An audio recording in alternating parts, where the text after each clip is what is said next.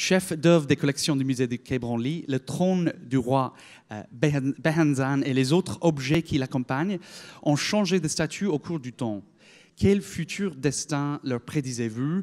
Lorsque vous citez le trône du roi Behenzan, vous citez quelques-uns de nos biens et vous dites qu'ils ont changé de statut dans le temps.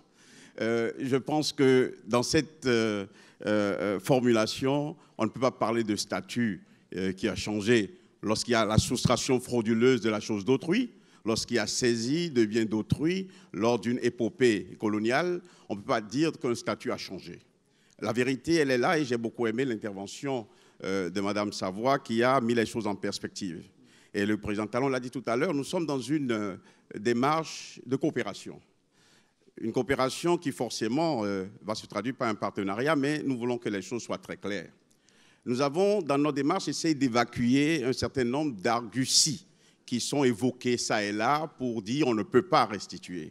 Il s'agit de restitution et je crois qu'il faut saluer le courage politique du président Macron qui, à Ouagadougou, donc en terre africaine, est venu dire que dans un délai qu'il a énoncé, ces œuvres doivent être restituées, soit définitivement ou temporairement. Il s'agit pour nous de clarifier ce débat et d'avancer. Et j'aime bien l'expression du retour vers le futur. Le futur pour nous, c'est quoi? C'est un pays qui aujourd'hui ne veut plus être dans une démarche de coopération caractérisée par la mendicité, où l'on dit faites ceci pour nous, faites ceci pour nous. C'est de regarder notre potentiel, nos potentialités, de regarder ce dont nous disposons et que nous n'avons pas révélé au monde.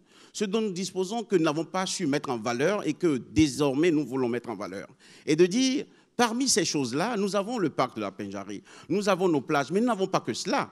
Notre offre touristique, parce que nous avons choisi le tourisme comme l'un des accélérateurs de notre croissance économique. Donc, parmi ces éléments qui peuvent affiner notre œuvre culturelle, nous avons estimé que ces biens qui sont à nous, qui appartiennent à notre histoire, ces biens qui sont un peu incongrus quand vous les voyez dans certains espaces, ces biens-là peuvent venir en complément de ce que nous avons à mettre dans l'offre culturelle de 5 étoiles, sinon plus, que nous avons à offrir au monde, à révéler au monde.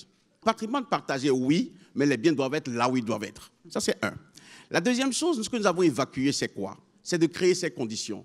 Nous avons pris des cabinets de référence, du point de vue architecture d'abord, qui seront associés, bien sûr, à des architectes de chez nous, pour créer les musées dont a parlé le président tout à l'heure. Le musée Vaudon à Porto-Novo, le musée des Amazones et le musée des Rois à Abomey, et aussi un musée qui traite de la question de la traite négrière à l'Ada et le mémorial avec un bateau négrier qui sera installé à Ouida.